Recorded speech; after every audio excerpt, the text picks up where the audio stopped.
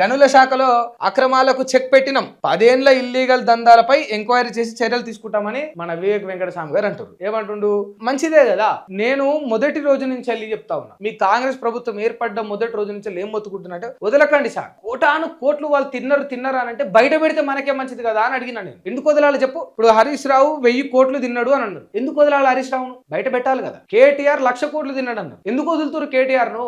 బయట పెట్టాలి కదా. కేసీఆర్ కొన్ని లక్షల కోట్లు తిన్నాడు అన్నారు. ఎందుకు వదులుతురు కేసీఆర్ ను? బయట పెట్టాలి కదా. 10 ఏళ్ల పాలనలో జరిగిన దందాలను ఒక్కటి కూడా వదలము, ప్రతిదీ బయట పెడతామని 2.5 ఏళ్ల నుంచి చెప్తానే ఉన్నారు. ఇప్పుడు వాళ్ళు దందాలు చేయలేదు, వాళ్ళు అక్రమాలు చేయలేదు అంటే నేను, మీరు కాంప్రమైజ్ అయినరా? వాళ్ళతో ఒప్పందం కుదుర్చుకున్నారా? లేకపోతే మీ రాజకీయ నాయకులు అటు బీఆర్ఎస్ కాంగ్రెస్ మీరు అందరూ ఒక్కటై జనాలను పిచ్చోళ్ళని చేస్తున్నారా? ఇది మాకు తెలియాలి. వాళ్ళు అక్రమాలు చేసిరని మీరు అంటారు, మీరు అక్రమాలు చేస్తున్నారని వాళ్ళు అంటారు. కానీ మీ ఇద్దరిట్లలో ఎవరు కూడా అరెస్ట్ గారు, ఎవరు కూడా జైలు.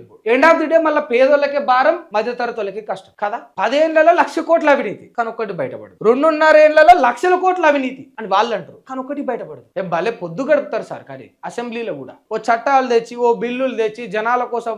ఆ కేటీఆర్ మంచిగా చెప్పిండు కదా, ప్రైవేట్ బిల్లు పెట్టిండు, ఆమోదించుండ్రి, బిల్లు చేయండి. రేపు వాళ్ళు వచ్చినా బిల్లు చేస్తే సచ్చినట్టు చేయాల్సిందే కదా. మీ 6 గ్యారెంటీల పైన బిల్లు చేస్తే 6 గ్యారెంటీలను బిల్లు చేసిన క్రెడిబిలిటీ మీకే ఉంటుంది. రేపు బీఆర్ఎస్ హయాంలో ఇంకోటి వచ్చినా, లేకపోతే బీజేపీ వచ్చినా, లేకపోతే ఇండిపెండెంట్ గా ఎవరైనా గెలిచి వాళ్ళే ముఖ్యమంత్రి అయినా కూడా ఆ బిల్లును వాళ్ళు కంటిన్యూ చేయాల్సింది. క్రెడిట్ వరకు ఉంటుంది, కాంగ్రెస్ కి ఉంటుంది. అట్లాంటి చేయాలి అసెంబ్లీలో. మాకు ఉపయోగపడేవి, మాకు లాభం జరిగేవి ఏది చేయాలి.